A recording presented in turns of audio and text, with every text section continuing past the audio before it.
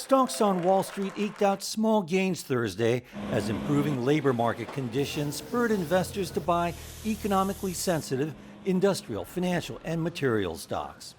Data showing a sharp drop in new jobless claims last week fueled expectations that the economy will continue to recover. Another report showed business spending on equipment accelerated in April. That lifted Treasury yields and sent rate-sensitive tech stocks lower. The Dow rose 0.4%. The broader indexes barely budged on the day. Boeing was the biggest mover on the Dow.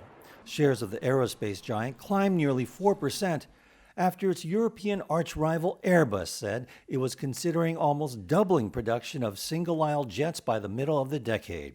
The aviation industry had suffered big losses last year as a health crisis slammed air travel, but this year has brought new orders. The Airbus news also sent shares of Boeing's engine supplier GE up 7%. Shares of Nvidia fell more than 1%. The chipmaker could not say for certain how much of its recent revenue increase came from the volatile cryptocurrency mining market. Dollar Tree shares dropped nearly 8%.